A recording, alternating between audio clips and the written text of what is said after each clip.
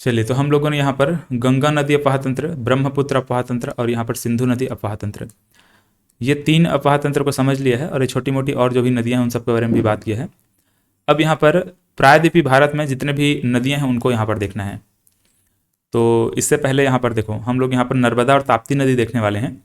तो उसके लिए आपको यहाँ पर ये जो पर्वत श्रृंखला यहाँ पर मैं बताता हूँ, विंध्याचल पर्वत श्रृंखला, इसको मैं हल्का सा फिर बता रहा हूँ यहाँ पे। जैसे कि यहाँ पर हम लोगों ने क्या देखा है, इस वाले क्षेत्र में ऐसे मध्य प्रदेश में यहाँ पर विंध्याचल पर्वत श्रृंखला है। इसके जस्ट नीचे यहाँ पर क्या था, सतपुड़ा पर्वत श्रृंखला है। ऐसे सतपुड़ा पर्वत ही आगे चल करके यहाँ पर महादेव की पहाड़ी बनती है और यहाँ पर मैकल पर्वत बनती है। और ये जो विंध्याचल है वो आगे बढ़कर यहाँ पर कैमूर पर्वत कहलाती है ना। हमारे छत्तीसगढ़ में यहाँ पर कैमूर पर्वत के नाम से जानते हैं ये। और आगे बढ़कर यहाँ पर झारखंड में राजमहल की पहाड़ी के नाम से जानी जाती है। यहाँ पर फिर मैंने आपको अजंता की पहाड़ी बताया था। ठीक है, तो ऐसा टाइप का यहाँ पर ये जितने भी पर्वत हैं वो सभी को हम लोगों ने, मतलब माउंटेन रेंज है उन सबको हम लोगों ने देखा था, पर्वत श्रृंखला उनको देखा था। अब इसके अलावा यहाँ पर मैंने आपको अरावली पर्वत बताया था, है ना। ये सब तो हम पहले भी देख चुके हैं, अरावली पर्वत इस प्रकार से। तो ये कुछ ऐसा है। अब देखो यहाँ पर ये जो यहाँ पर जो पहाड़ी हम लोग बनाए हैं अभी, ठीक है, ये विंध्याचल पर्वत, ठीक है, ये विंध्याचल पर्वत है, सतपुड़ा पर्वत। और यहाँ पर ये हमारे छत्तीसगढ़ वाले क्षेत्र में क्या है, मैकल पर्वत है। छत्तीसगढ़ और एमपी के बॉर्डर में क्या है, मैकल पर्वत है। इस मैकल पर्वत में एमपी में यहाँ पर एक इस प्रकार से एक पहाड़ है, अमरकंटक। ठीक है, अमरकंटक की पहाड़ी है, अमरकंटक की पहाड़ी, ये एमपी में आता है। तो इसी अमरकंटक की पहाड़ी से ऊपर साइड आप देखोगे तो ये सोन नदी ऊपर गई है इस प्रकार से, है ना। गंगा नदी की सहायक नदी बनी है ये इस प्रकार से ऊपर की ओर जाते हुए। तो यहीं से एक और नदी निकलती है जिसको बोलते हैं नर्मदा नदी। ठीक, इस प्रकार से नर्मदा नदी है। ठीक है, यहाँ से इस प्रकार से निकलेगी और ये कुछ ऐसे बहते हुए यहाँ पर ध्यान से देखोगे तो किसके किसके बीच में बह रही है, वो विंध्याचल और सतपुड़ा के बीच में प्रवाहित होते हुए ऐसे जा करके यहाँ पर खंभात की खाड़ी में गिर जाती है। ठीक है, खंभात की खाड़ी में जाकर क्या हो जाती है, गिर जाती है नदी, नर्मदा नदी है ऐसे। और यहीं पर मैंने एक जामावानी की सॉरी जामा नहीं, मुल्ताई की पहाड़ी, ठीक है, यहाँ पर एक मुल्ताई की पहाड़ी था जहाँ से मैंने आप लोगों को ताप्ती नदी बताया था।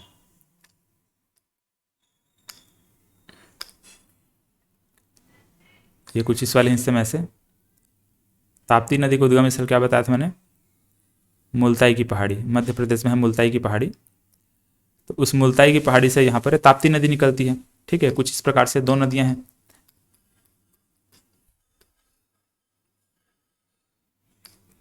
तो ये नदी कौन सी है, नर्मदा है।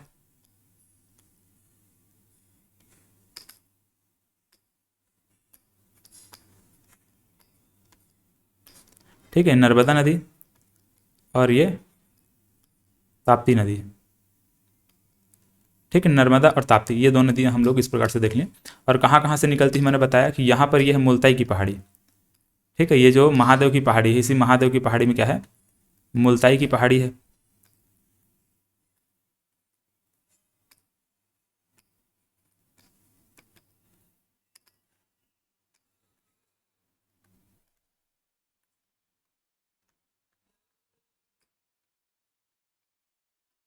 मुल्ताई की पहाड़ी।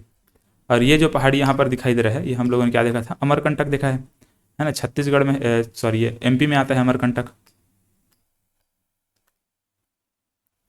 यहाँ पर हमको छोटा बनाते हैं क्योंकि यहाँ पर महानदी पातंत्र आएगा।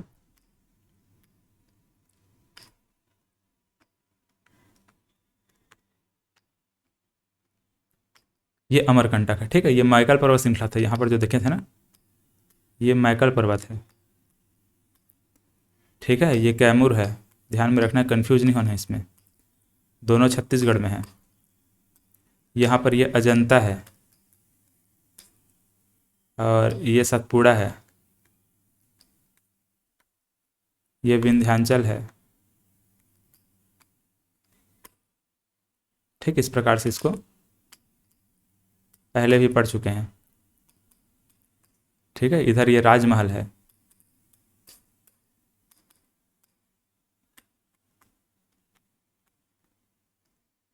ठीक है, राजमहल। और यहाँ पर ये क्या था, अरावली।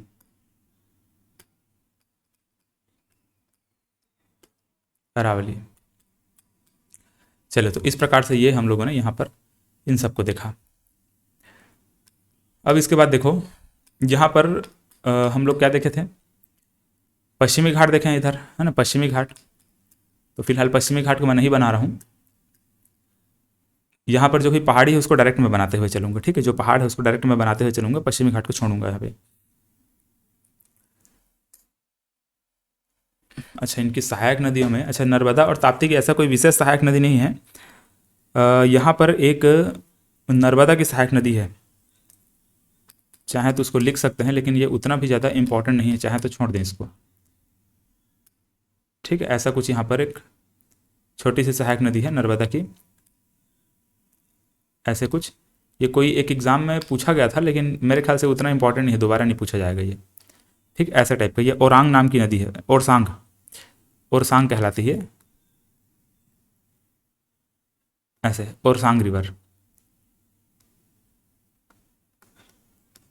ठीक है, ओरसांग नदी ऐसे है, ओरसांग।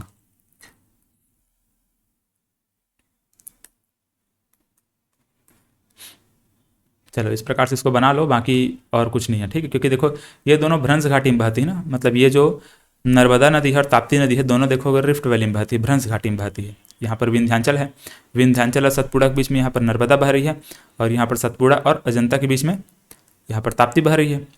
तो ये दोनों भ्रंश घाटी में बह रही है। तो भ्रंश घाटी में बहने की वजह से इसकी और जो भी मतलब और सहायक नदी जैसे होना चाहिए था, वैसा नहीं है। जैसे कि इधर आप देखोगे दूसरे नदियों के बहुत सारी सहायक नदियाँ रहती हैं ना, वैसे इनकी सहायक नदी नहीं है। ठीक है, क्योंकि यहाँ पर और साइड साइड से नदियाँ आती ही नहीं है।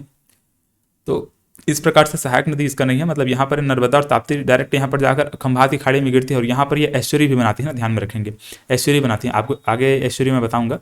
जब भी कोई नदी अगर यहाँ पर भ्रंश घाटी में बहती है और जाकर समुद्र वगैरह मिलती है, तो वहाँ पर डेल्टा नहीं बनता है।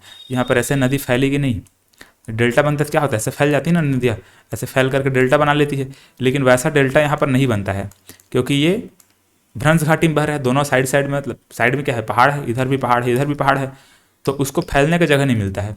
वो सीधा जाके कहाँ मिल जाएगी, समुद्र में जाके गिर जाएगी ऐसे। तो यहाँ पर जो बनता है उसको एस्चुरी बोलते हैं, डेल्टा नहीं बोलते हैं। ठीक है, ध्यान में रखेंगे, इसको एस्चुरी बोलेंगे। तो ये ताप्ती और नर्मदा एस्चुरी बनाती है यहाँ पर। ठीक है, एस्चुरी।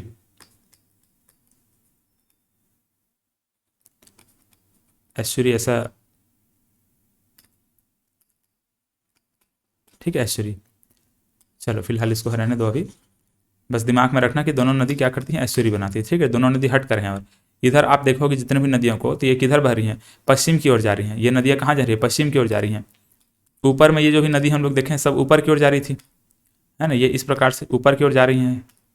इनका डायरेक्शन भी याद रखना ना, कभी कभी पूछ देता है। चंबल नदी को पूछा गया था, दक्षिण से उत्तर की ओर, सॉरी हाँ, दक्षिण से उत्तर की ओर बहने वाली कौन सी नदी है, ऐसा टाइप के एग्जाम में पूछा गया था ये। तो ऐसे इनको दिमाग में थोड़ा रखिएगा। अब देखो यहाँ पर इधर जितने भी नदियाँ हैं उनको देखो। अब ये भी इंपॉर्टेंट है, ये यहाँ गोदावरी नदी वगैरह देखेंगे ना, गोदावरी कृष्णा कावेरी, ये सब भी बहुत ज़्यादा इंपॉर्टेंट हो जाता है।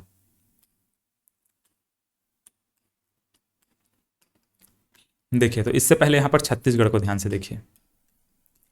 ठीक है, यहाँ पर है छत्तीसगढ़। तो छत्तीसगढ़ में हम महानदी अपाह तंत्र जानते हैं, है ना, महानदी बहुत बड़ी अपाह तंत्र है हमारे छत्तीसगढ़ में। सबसे बड़ी अपाह तंत्र के रूप में हम लोग महानदी को पढ़ते हैं। तो यहाँ पर जो महानदी है उसका अपाह तंत्र को समझिए। अब देखो, ये जो महानदी है कुछ इस प्रकार से, धमतरी मतलब छत्तीसगढ़ में धमतरी जिला है, धमतरी जिला में सिंहावा पर्वत है। ठीक है, सिंहावा पर्वत से निकल करके ये इस प्रकार से ऊपर की ओर बढ़ती है, और आगे जा कर के यहाँ पर इधर ये राइट साइड मुड़ जाती है, मतलब पूर्व की ओर मुड़ जाती है, और ऐसे जा कर के ये बंगाल की खाड़ी में जाके गिरती है। ठीक है, ये किस इस प्रकार से ये महानदी है ऐसे। और इस महानदी की एक दो सहायक नदी हैं, मतलब बहुत सारी सहायक नदी है रहने को, लेकिन हमको दो ही तीन, मतलब दो चार जो सहायक नदी इसको याद रखना है, बाकी को याद नहीं रखना है। एक ऐसे यहाँ पर शिवनाथ नदी है ना, ये शिवनाथ नदी है।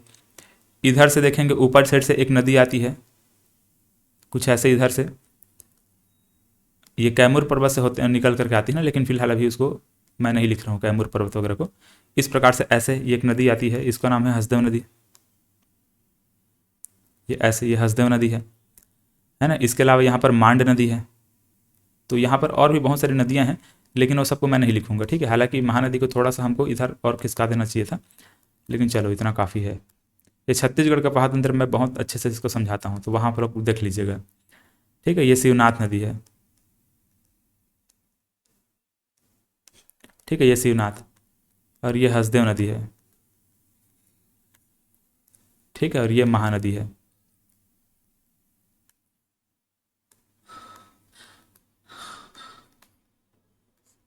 महानदी, ठीक है। ऐसे कुछ है। महानदी के और भी तो सहायक नदी हैं, लेकिन अभी फिलहाल इसको छोड़ो। अब यहाँ पर देखो एक नदी और यहाँ पर है जिसको बोलते हैं ब्राह्मणी नदी, ठीक है। ये ब्राह्मणी नदी है। एक नदी यहाँ पर और है जिसको इसको बोला जाता है स्वर्ण रेखा नदी, ऐसे, ठीक है। ये है स्वर्ण रेखा, ऊपर वाला।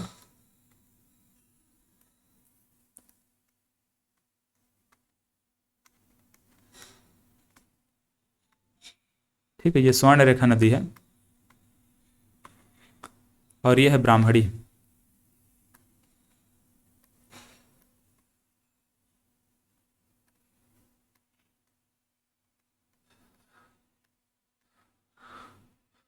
ठीक है, कुछ इस प्रकार से दोनों दोनों नदी हैं।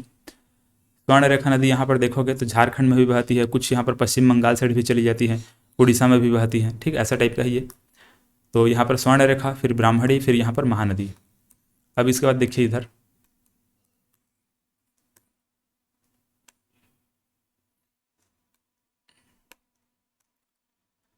यहाँ पर ये जो पश्चिमी घाट हम लोग इधर देखे हैं ना, ये पश्चिमी घाट, ये इस प्रकार से यहाँ पर हम लोग देखे हैं वेस्टर्न घाट।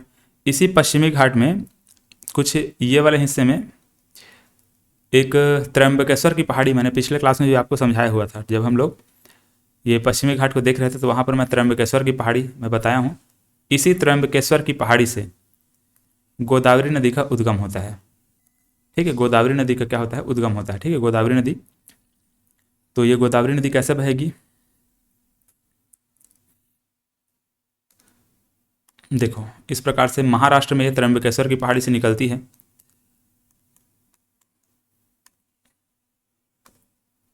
और महाराष्ट्र में त्र्यंबकेश्वर की पहाड़ी से निकलने के बाद ये आगे बढ़ते हुए इस प्रकार से जाती है, और ये सबसे पहले यहाँ पर तेलंगाना, ठीक है, तेलंगाना में प्रवेश करती है। तेलंगाना के बाद यहाँ पर थोड़ा छत्तीसगढ़ का हिस्सा, ठीक है, छत्तीसगढ़ का हिस्सा यहाँ पर देखा है तो नहीं मिल पा रहा है, इसको थोड़ा और ऊपर करते हैं ऐसे, तेलंगाना फिर छत्तीसगढ़, यहाँ पर थोड़ा छत्तीसगढ़ को टच करती है, और उसके बाद यहाँ पर आंध्र प्रदेश साइड चली जाती है, और कुछ इस प्रकार से जा करके फिर बंगाल की खाड़ी में जाके गिर जाती है, ठीक है। ऐसे ये है गोदावरी नदी। इसी प्रकार से यहाँ पर हम लोग एक और पहाड़ी देखे थे, ये महाराष्ट्र में ही, ऐसे महाराष्ट्र में, ठीक है। तो यहाँ पर मैंने आपको महाबलेश्वर बताया था, ठीक है, महाबलेश्वर। तो ये महाबलेश्वर से कृष्णा नदी का उद्गम होता है, आगे हम लोग इसको लिखेंगे, फिलहाल अभी मैं बना लेता हूँ पहले। कृष्णा नदी का उद्गम होता है, ये कुछ इस प्रकार से कृष्णा नदी पहले तो महाराष्ट्र में बहती है, महाराष्ट्र के बाद यहाँ पर कर्नाटक, कर्नाटक के बाद यहाँ पर आंध्र प्रदेश और तेलंगाना के बीच में बॉर्डर बनाते हुए ऐसे जा करके यहाँ पर गिर जाती है, ठीक है, बंगाल की खाड़ी में। अब यहाँ पर राज्यों का नाम नहीं लिखा है, लेकिन मैं बोलते जा रहा हूँ, उसको ध्यान में थोड़ा रखिएगा। मतलब जैसे कि मैंने कृष्णा के बारे में क्या बोला, कृष्णा पहले कहाँ बहती है, मतलब कहाँ से निकलती है, महाराष्ट्र से। महाराष्ट्र से थोड़ा दूर यहाँ पर कर्नाटक में, कर्नाटक से यहाँ पर ऊपर में इधर देखेंगे तो तेलंगाना रहेगा, नीचे में यहाँ पर आंध्र प्रदेश रहेगा, ठीक, ऐसे टाइप का है। और यहाँ पर जो गोदावरी नदी, यहाँ पर महाराष्ट्र है, महाराष्ट्र यहाँ पर तेलंगाना है, तेलंगाना के बाद थोड़ा छत्तीसगढ़, और छत्तीसगढ़ के बाद यहाँ पर आंध्र प्रदेश, ठीक है। तो ऐसे टाइप से ये गोदावरी नदी और कृष्णा नदी है।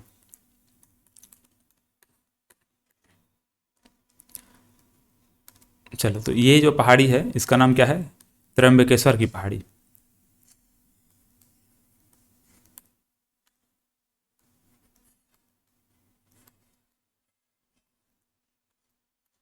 ठीक है, त्र्यंबकेश्वर की पहाड़ी।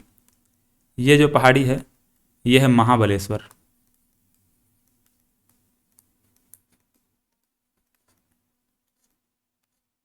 महाबलेश्वर, ठीक है।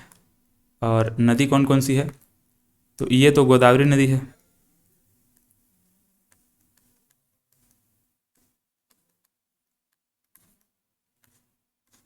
ठीक है, गोदावरी है और ये है कृष्णा। ठीक है, गोदावरी नदी और कृष्णा नदी। अब देखो गोदावरी की सहायक नदियों को। तो गोदावरी की सहायक नदियों में यहाँ पर इस प्रकार से एक हमको मंजीरा नदी देखने को मिलती है। मंजीरा नदी है ये। ऊपर साइड से इधर से वेनगंगा आती है। ठीक है, कुछ इस साइड से ऐसे एक वेनगंगा नाम की नदी आएगी। इस वेनगंगा की एक सहायक नदी है पेनगंगा।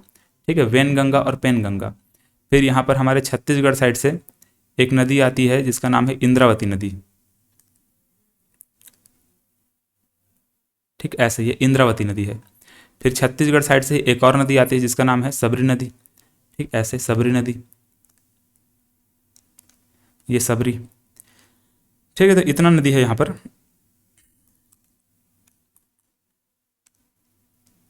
यह है मंजीरा।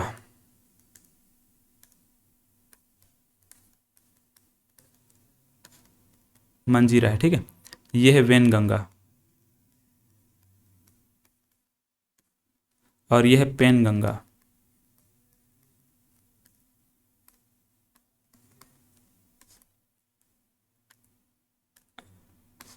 ठीक है, वेनगंगा पेनगंगा और यह है इंद्रावती और यह है सबरी। ऐसे। ठीक है, तो ये ऐसा कुछ है। सबरी और इंद्रावती हमारे छत्तीसगढ़ बहती है। आप लोग छत्तीसगढ़ का रिवर सिस्टम जाकर देख लीजिए, वहाँ पर मैंने अच्छे से इसको समझाया हुआ है। चलिए, अब इसके बाद देखो कृष्णा नदी को।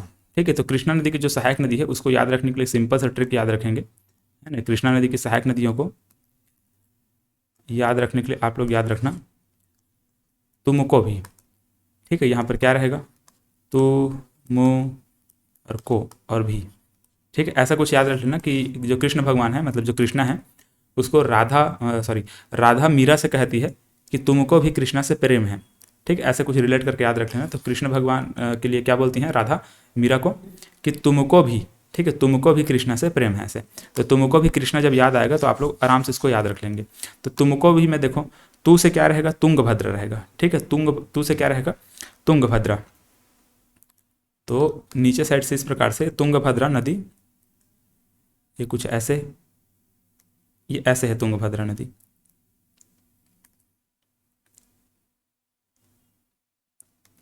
ठीक है, ये तुंगभद्रा नदी।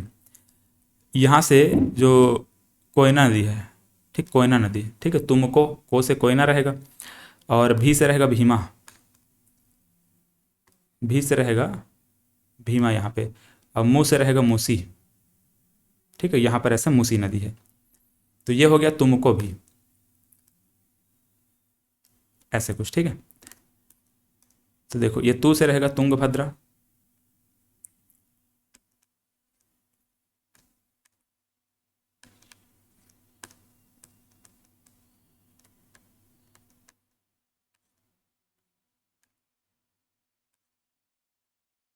यहाँ पर यह है कोयना,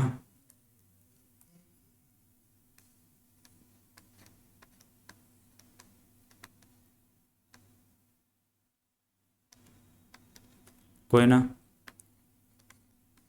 और यह है भीमा। एक मिनट, हाँ ये भीमा है और ये है मूसी।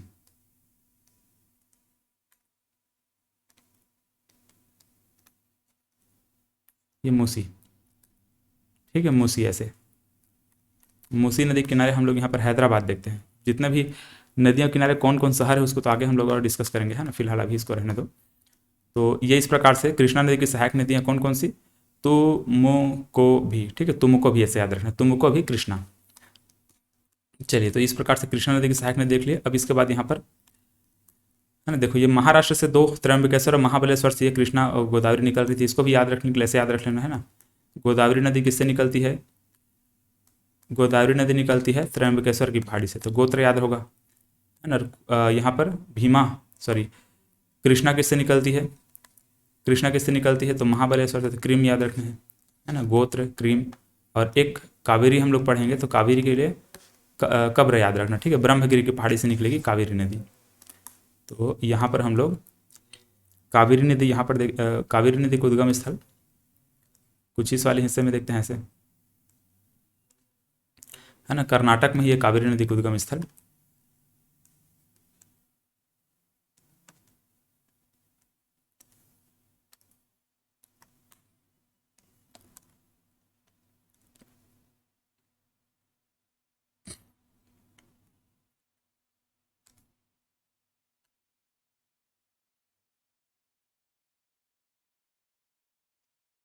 ठीक है, कुछ इस प्रकार से है कावेरी नदी।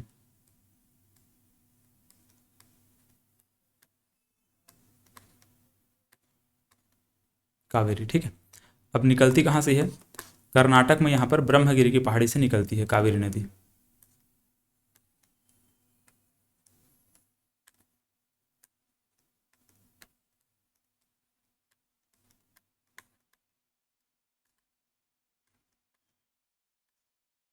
ठीक है, ब्रह्मगिरी की पहाड़ी से निकलती है कावेरी नदी, ठीक है। और इसका कोई विशेष ऐसा सहायक नदी नहीं है, तो उसको अब रहने दो। अब यहाँ पर देखो और कौन कौन सी सहायक मतलब और कौन कौन सी नदियाँ हैं। एक यहाँ पर हम लोग पेरियार नदी देखते हैं, ठीक है। पेरियार नदी कुछ इधर बहती है ऐसे, इस डायरेक्शन में है पेरियार, ये केरल में है। पेरियार इंपॉर्टेंट है, याद रखेंगे, ठीक है। इसके बाद यहाँ पर नीचे में ये वाले क्षेत्र में वैगई नदी है एक, तमिलनाडु में।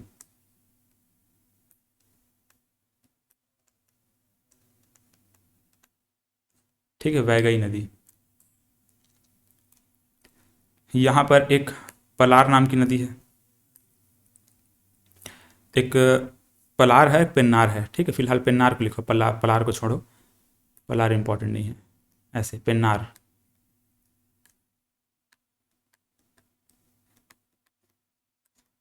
ऐसे कुछ, ठीक है। यहाँ पर चाहो तो पलार नाम की जो नदी है उसको भी बना लो।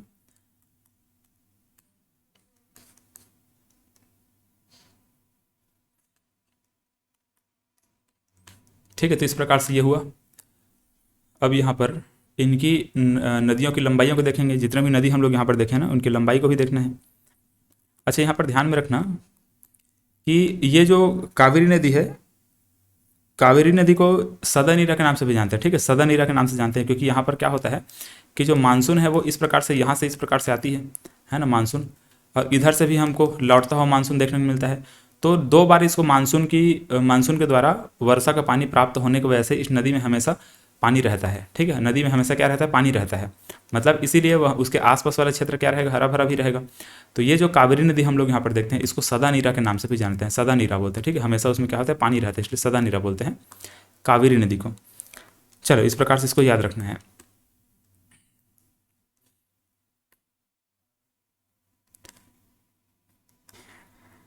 अब इनकी लंबाई देखो।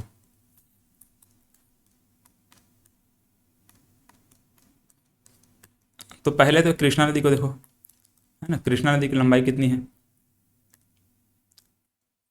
तो कृष्णा नदी की लंबाई 1312, ठीक है। 1312, 1312।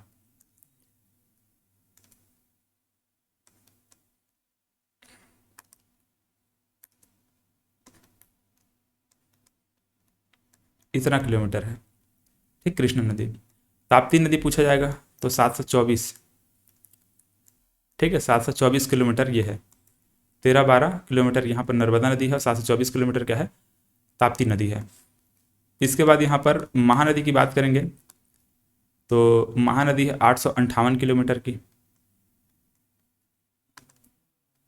858 किलोमीटर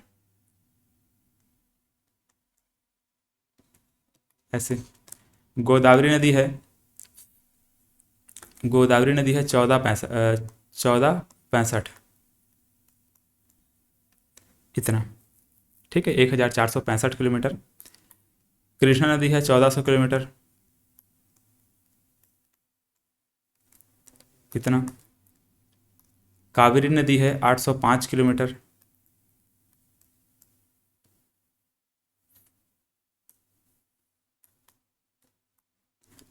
ठीक है। तो इस प्रकार से जितने भी नदी हैं उनके लंबाई को भी देख लिए। अच्छा देखो यहाँ पर, अब जैसे कि हम लोगों ने क्या देखा गोदावरी नदी का मैंने लंबाई क्या बताया? गोदावरी नदी की लंबाई मैंने कितना बताया? 1465, है ना गोदावरी नदी। इसको मैं इंग्लिश में लिख रहा हूँ, ठीक है, इसको आपको ट्रिक बताने वाला है। तो ये जी जी हो गया, ठीक है। गोदावरी का कितना है? 1465। इसके बाद हम लोगों ने क्या देखा? के से कुछ नदी हम लोगों ने देखा है, ठीक है, कृष्णा नदी 1400 किलोमीटर। एन से हम लोगों ने नर्मदा नदी देखा है 1312। और एम से हम लोगों ने महानदी देखा है 858।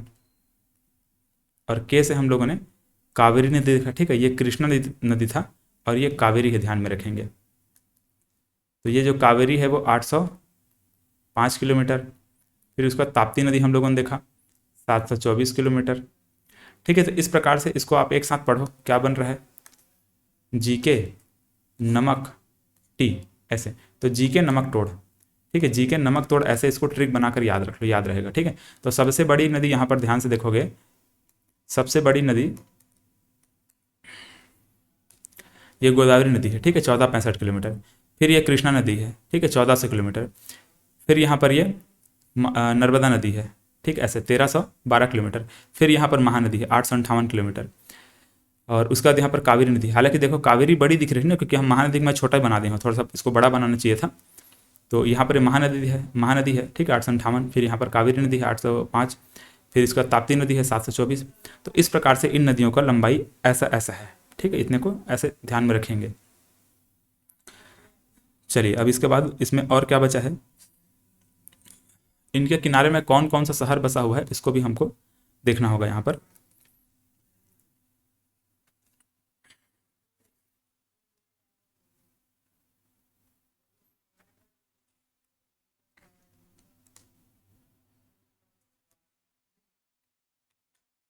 देखो, तो मैंने आपको यहाँ पर मूसी नदी बताया है। मूसी नदी किनारे में बोला था कि हैदराबाद बसा हुआ है, ऐसा बोल करके, है ना। मूसी किनारे क्या रहेगा? हैदराबाद, ऐसे।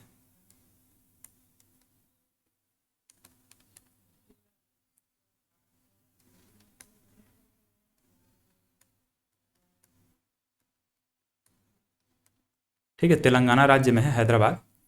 तो मूसी नदी किनारे क्या है? हैदराबाद है।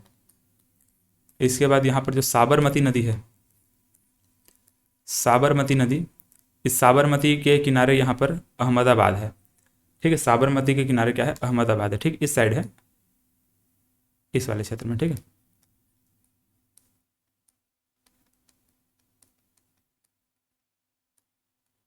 ऐसे अहमदाबाद। और यहाँ पर ताप्ती नदी किनारे यहाँ पर सूरत है,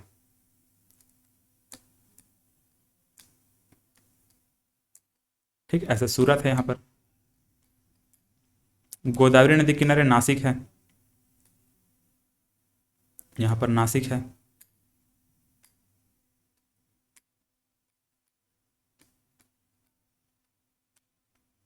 ऐसे महाराष्ट्र में है, ठीक है। इसके बाद यहाँ पर महानदी किनारे कटक है, ठीक है, उड़ीसा में कटक।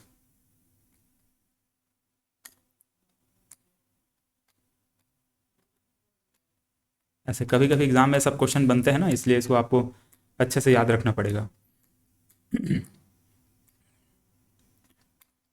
चलो, यहाँ पर कावेरी नदी किनारे यहाँ पर चाहो तो लिख लो मैसूर है, लेकिन वो इंपॉर्टेंट नहीं है उतना। वैगई नदी किनारे यहाँ पर मदुरई है ना। वैगई नदी किनारे क्या है? मदुरई है। इसको भी चाहो तो लिख लो, फिर वो भी उतना इंपॉर्टेंट नहीं है। ऊपर का देखो, ठीक है, यहाँ पर आगरा दिल्ली वगैरह को देखना होगा। यहाँ पर यमुना नदी है ना, ये यमुना नदी किनारे यहाँ पर दिल्ली और आगरा है, ठीक है। यहाँ पर दिल्ली लिख लो और यहाँ पर आगरा,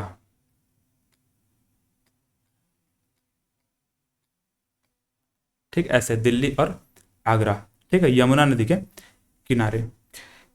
कानपुर पूछा जाएगा तो कानपुर,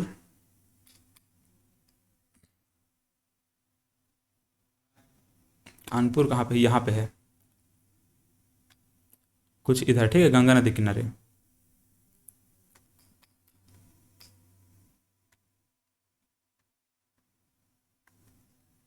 ठीक है, यहाँ पे कानपुर।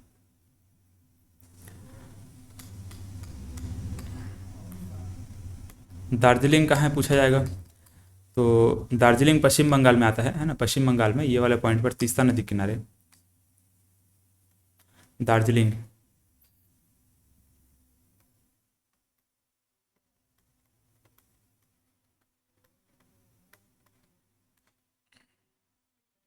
ऐसा है।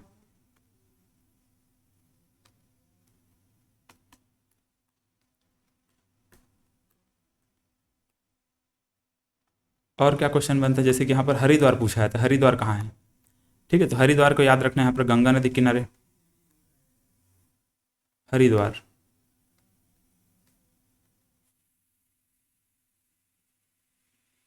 ठीक है, इस वाले पॉइंट पर हरिद्वार।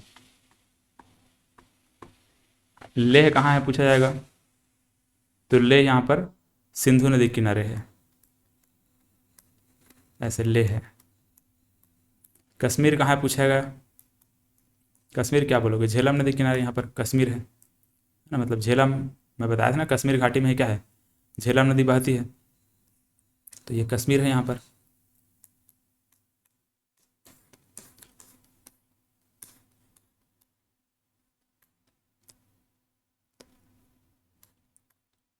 कोलकाता पूछा जाएगा, कोलकाता पहले भी आपको बताए हुए है ना, यहाँ पर है कोलकाता, हुगली नदी किनारे।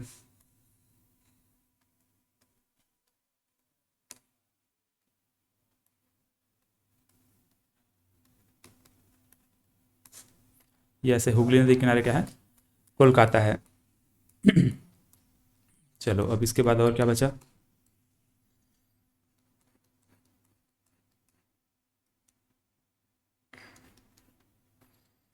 ठीक है, इतना तो काफ़ी है ना, इतना जितना देख लिया उतना काफ़ी है।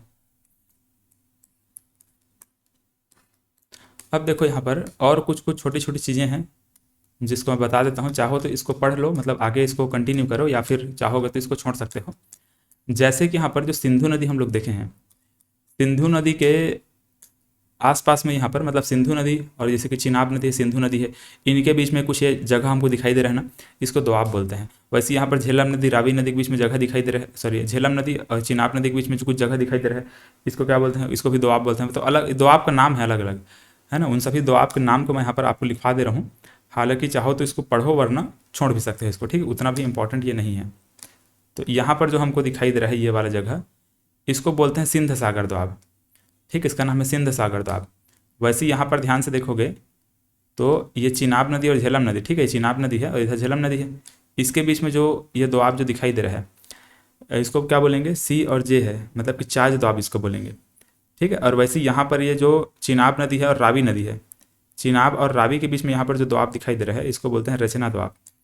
और यहाँ पर ये जो दोआब दिखाई दे रहा है, नदियों के बीच की जगह होती है, इसी को दोआब बोलते हैं ना, इसको बारी दोआब बोलते हैं। ठीक है, इसको इसको बारी बोलेंगे। और यहाँ पर जो है इसको बिष्ट दोआब बोलेंगे, ऐसे। तो ये जो दोआब आपको दिखाई दे रहा है, मतलब कि नदियों के बीच का जो जगह होता है उसी को दोआब बोल देते हैं। ये बहुत उपजाऊ होता है ना, मतलब बहुत ज़्यादा फर्टाइल होता है ज़मीन, बहुत ज़्यादा उपजाऊ मिट्टी होता है यहाँ पर जो मिट्टियाँ होती हैं वो। तो यहाँ पर सभी दोआब का नाम मैं लिख दे रहा हूँ, चाहो तो आप लिखो, वरना इसको स्किप भी कर सकते हो। ठीक है, तो ये है सिंध सागर दोआब।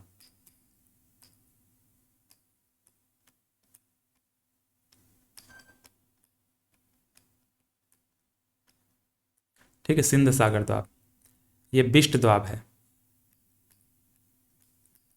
ना, ये सॉरी ये बारी दोआब है, बारी है ये, ठीक है, इधर वाला है बिष्ट,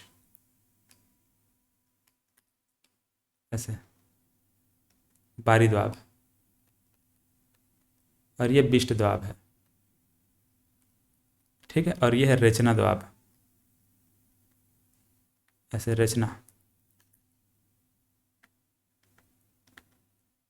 और ये है चाज दोआब।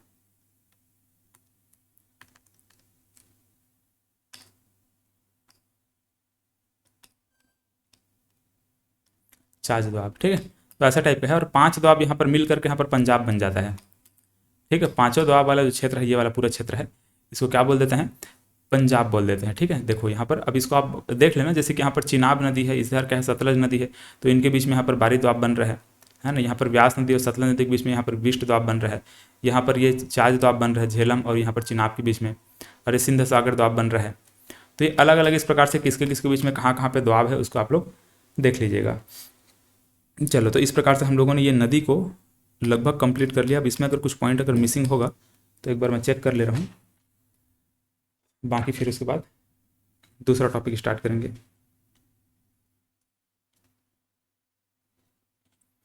देखिए, अब यहाँ पर चाहें तो कुछ कुछ चीज़ें हैं जिसमें ऐसे ही बता दे रहा हूँ, इसको आप नोट नोट कर लीजिएगा। जैसे कि यहाँ पर जो गंगा नदी है, ये जो गंगा नदी है इसको 2008 में गंगा नदी को राष्ट्रीय नदी का दर्जा दिया गया था। ठीक है, 2008 में गंगा नदी को राष्ट्रीय नदी का दर्जा दिया गया था, लिख लीजिए इसको। इसी प्रकार से 2017 में गंगा नदी को मतलब गंगा नदी को उत्तराखंड हाई कोर्ट ने जीवित मानव का दर्जा दिया था। ठीक है, 2017 में उत्तराखंड हाई कोर्ट ने गंगा नदी को जीवित मानव का दर्जा दे दिया था। और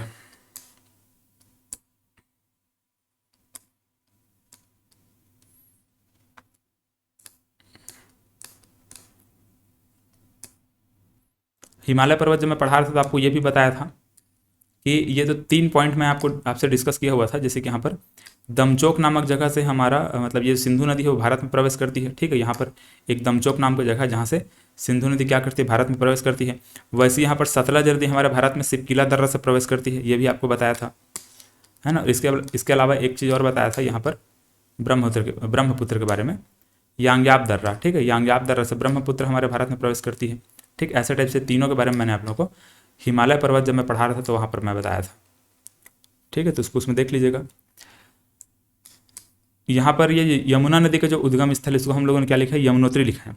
तो कहीं कहीं पे आपको बंदरपूछ भी देखने को मिलेगा। ठीक है, बंदरपूछ भी इसको कहा जाता है। यहाँ का जो जगह का नाम है, ग्लेशियर है वहाँ पर, तो उसका क्या नाम है, मतलब वहाँ पर जो पहाड़ी है, यमुनोत्री तो ग्लेशियर हो गया, बाकी वहाँ पर जो पहाड़ी है उसको क्या बोलते हैं, बंदरपूछ की पहाड़ी। ठीक है, बंदरपूछ की पहाड़ी भी कहते हैं जहाँ से इसका उद्गम होता है।